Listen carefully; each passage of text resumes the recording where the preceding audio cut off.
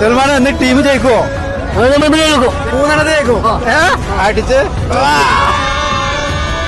കേരളത്തിലെ ഏറ്റവും വാശിയേറിയ പ്രാദേശിക 11 ടൂർണമെന്റ് എവിടെ നടക്കുന്നത് ചോദിച്ചാൽ ഒറ്റ ആൻസർ ഉള്ളതിന് കോഴിക്കോട് ജില്ലയിലെ കല്ലാനോട്. ഗൈസ് ആവേശം എത്ര ഉണ്ടെന്ന് അറിയാൻ ആ സ്കോഡൊന്ന് നോക്കിയാൽ മതി.